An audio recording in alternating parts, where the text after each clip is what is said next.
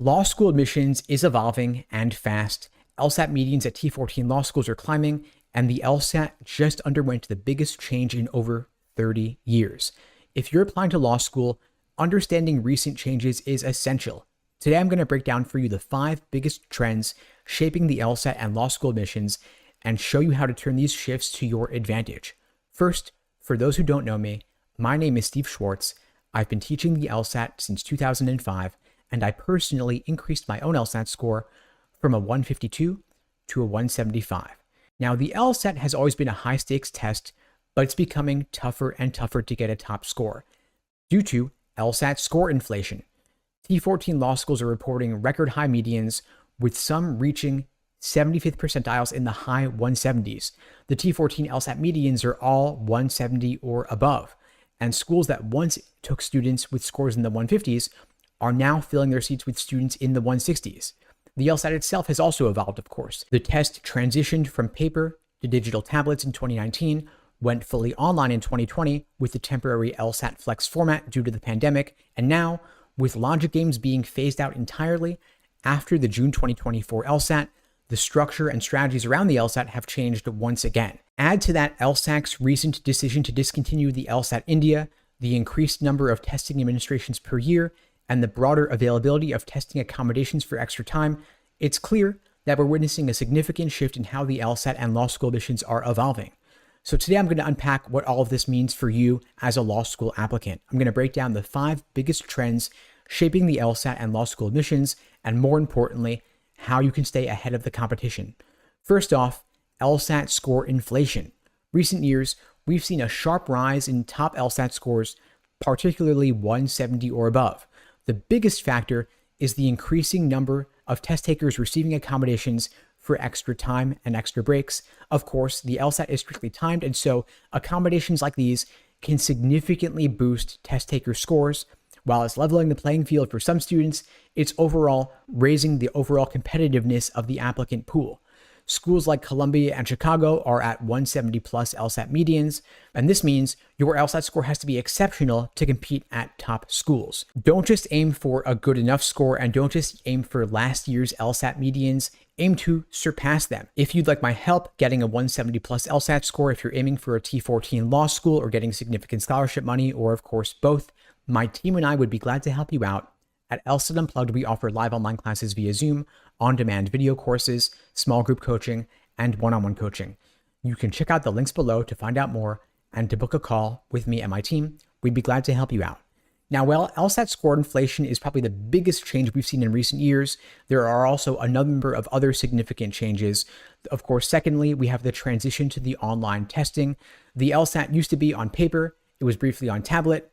Then it transitioned online. You could take it remotely from home or in person at a prometric testing center. And this brings its own challenges, of course. If you're taking the LSAT remotely from home, you want to be prepared for how to deal with the proctor and potential tech issues. Here's a pro tip. Before the test begins, ask the proctor, hey, the LSAT is strictly timed. If you have to interrupt me for any reason, can you please pause the clock to avoid diminishing the time that I have remaining?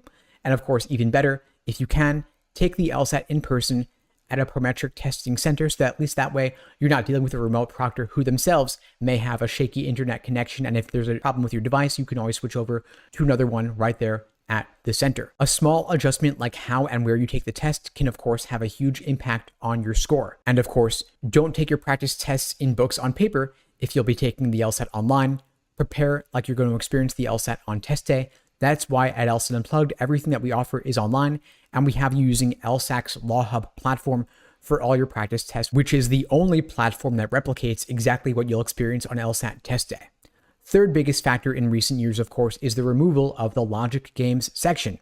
It was officially removed from the LSAT after the June 2024 LSAT. Whether you loved games or hated them, this was a defining feature of the test for decades. Now with logic games off the LSAT, the remaining sections, logical reasoning and reading comp, are even more important. Logical reasoning in particular, since when LSAC made the change, they removed logic games and replaced it with a second scored logical reasoning section. At LSAT Unplugged, of course, we've updated all of our materials by removing logic games entirely and adding a whole lot more on LSAT logical reasoning, helping you improve your ability to analyze arguments, make inferences, and of course, read dense material under pressure. And we've also adjusted our students' personalized day-by-day study plans to incorporate more focus on logical reasoning to help you better spot the patterns in the methods of reasoning, the tempting wrong answers, unappealing right answers, and get you ready for test day given the new format. Now, in a recent shakeup a lot of students in North America may not be aware of, LSAC announced they are discontinuing the LSAT India, which was a version of the test designed specifically for Indian law schools. LSAC's official statement on this pointed to strategic business priorities. LSAC is clearly doubling down on markets where the LSAT has the most impact, like the US and Canada. And this move shows that LSAC is constantly evolving and adjusting to meet the needs of different admissions landscapes. And so for US applicants, this is a reminder that while the LSAT remains critical, LSAC's willingness to adapt their strategy means the test may continue to evolve in ways that we can't yet predict. So staying informed is your best defense against surprises. Make sure that you're always using up-to-date LSAT prep materials. Don't rely on some hand-me-down textbook from a couple of years ago. Now, finally, one big change in the LSAT and law school admissions landscape is a growing emphasis on retaking the LSAT. It's becoming more common than ever before and more necessary as well. It used to be the LSAT was only offered 4 times per year.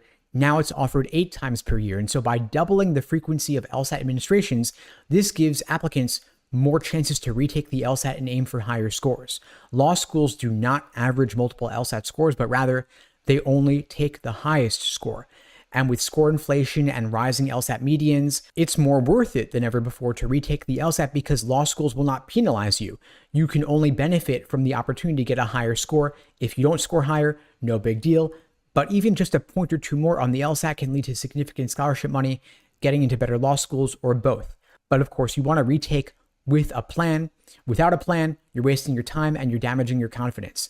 You want to instead have a strategic approach for your LSAT retake prep, whether it's through targeted one-on-one coaching or a small group program or having a more personalized day-by-day study plan to help you make the most of that retake attempt. When you're studying for a retake, you want to focus on drilling your weak areas and taking more practice tests to maintain and build your endurance. Now, if you'd like my help studying for the LSAT, whether you're retaking it or not, my team and I would be glad to help you out on your journey to scoring a 170 plus. Again, at LSAT Unplugged, we offer live online classes via Zoom, on-demand video courses, small group coaching, and one-on-one coaching. You can check out the links below to book a call with me and my team. And in the meantime, I wish you all the best and take care.